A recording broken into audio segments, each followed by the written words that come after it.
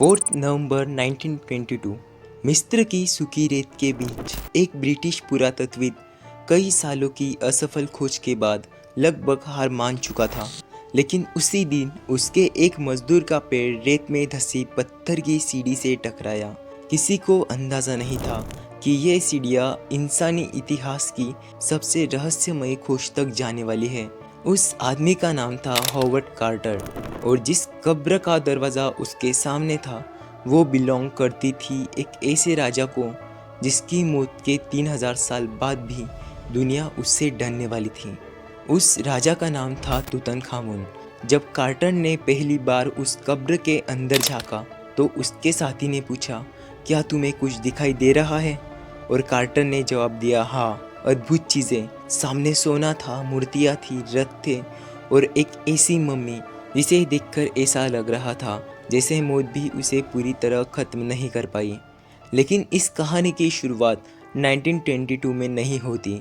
इसकी शुरुआत होती है लगभग 1341 BCE में, जब प्राचीन इजिप्ट अपने सबसे रहस्यमय दौर से गुजर रहा था।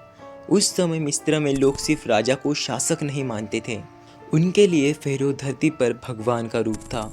उनका विश्वास था कि फ़ेरो मरने के बाद भी दूसरी दुनिया में जीवित रहता है और अगर उसका शरीर सुरक्षित रहा तो उसकी आत्मा अमर हो जाती है। यही कारण था कि मिस्र में मौत एक अंत नहीं बल्कि दूसरी ज़िंदगी की शुरुआत मानी जाती थी। लेकिन इस विश्वास ने जन्म दिया दुनिया की सबसे विचित्र परंपरा को, मम्मी बनाने की। मिस्रवासी मानते थे कि इंसान के अंदर कई आध्यात्मिक शक्तियाँ होती हैं। उनमें से एक थी का यानी जीवन ऊर्जा और दूसरी थी बा यानी आत्मा। उनका विश्वास था कि मौत के बाद बा वापस शरीर में लौटती है, लेकिन अगर शरीर सड़ गया तो आत्मा हमेशा के लिए खो जाएगी। इसलिए शरीर को बचाना ज़रूरी था। और यही से शुरू होती है एक ऐसी प्रक्रिया जिसे आज भी देखकर वैज्ञानिक हैरान रह जाते हैं। सबसे पहले शव को एक विशेष तंबू में ले जाया जाता था। फिर पुजारी धार्मिक मंत्र पढ़ते थे, क्योंकि उनके लिए सिर्फ विज्ञान नहीं था, ये एक पवित्र अनुष्ठान था। इसके बाद शरीर के अंदरूनी अंग निकाले जाते थे। लीवर, फेफड़े, पेट और आंतों को अलग अलग जार्स में रखा जाता था, जिन्हें कैनोपिक जार कहा जाता है।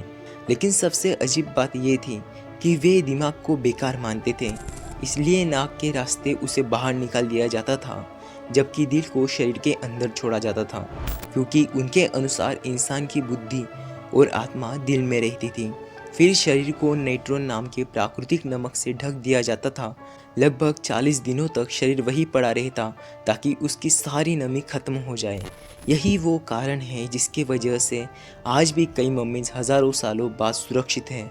लेकिन असली रहस्य सिर्फ शरीर बचाने में नहीं था, असल रहस्य था उनका विश्वास। मिस्रवासी मानते थे कि मौत के बाद फ़ेरो एक खतरनाक यात्रा पर निकलता है। उसे अंधेरी दुनिया से गुजरना पड़ता है, राक्षसों और देवताओं का सामना करना पड़ता है और अंत में उसका दिल सत्य की देवी मात के पंख से तोला जाता है। अगर दिल पापों से भारी हुआ तो आत्मा हमेशा के लिए नष्ट कर दी जाती, लेकिन अगर दिल हल्का हुआ तो फ़ेरो अमर हो जाता। यानी उनके लिए मम्मी सिर्फ लाश नहीं थी बल्कि अमरता का दस्तावेज था। और शायद यही कारण था कि फ़ेरो की कब्रों को इतना विशाल और रहस्यमयी बनाया जाता था। उनमें खाना, सोना, हथियार, कपड़े, यहाँ तक कि नौकरों की मूर्तियाँ भी रखी जाती थी ताकि दूसरी दुनिया में फ़ेरो को किसी चीज़ की कमी नहीं हो। लेकिन फिर आया वो दिन जिसने पूरी दुनिया को हिला दिया। 1922 में जब हॉवर्ड कार्टर ने तुतनखामुन की कब्र खोली तो जल्द ही अजीब घटनाएं शुरू हो गई। खुदाई को फंड करने वाले George Herbert 5th earl of Carnarvon की अचानक मौत हो गई। कहा गया कि उनकी मौत के समय पूरे शहर की लाइट्स बंद हो गई और उनके पालतू कुत्ते ने उसी समय चीखते हुए दम तोड़ दिया। अखबारों ने इसे नाम दिया the curse of the pharaoh. हालांकि बाद में वैज्ञानिकों ने कहा कि ये शायद बैक्टीरिया, जहरीली फंगस या सिर्फ एक संयोग था। लेकिन सच ये है कि आज भी लोग मानते हैं कि कुछ कब्रों को कभी नहीं खोलना चाहिए था। और सबसे डरावनी बात यह है, आज आधुनिक सीटी स्कैन और डीएनए तकनीक से वैज्ञानिकों को पता चला है कि कई फ़ेरो गंभीर बीमारियों से पीड़ित थे।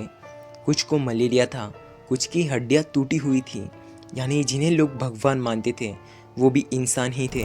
लेकिन फिर भी एक सवाल आज तक रहस्य बना हुआ है, आखिर हजारों साल पहले बिना मॉडर्न साइंस के मिस्रवासियों को शरीर को इतने लंबे समय तक सुरक्षित और प्रिजर्व करने का ज्ञान कहाँ से मिला? क्या ये सिर्फ अनुभव था या फिर प्राचीन मिस्र का ज्ञान वास्तव में अपने समय से हजारों साल आगे था? क्योंकि सच्चाई ये है, आज भी एंशियंट इजिप्शियन सिविलाइजेशन की मम्मी सिर्फ इतिहास नहीं है, वे एक ऐसी सभ्यता की आखिरी आवाज़ है जिसने मौत को अंत मानने से इनकार कर दिया था।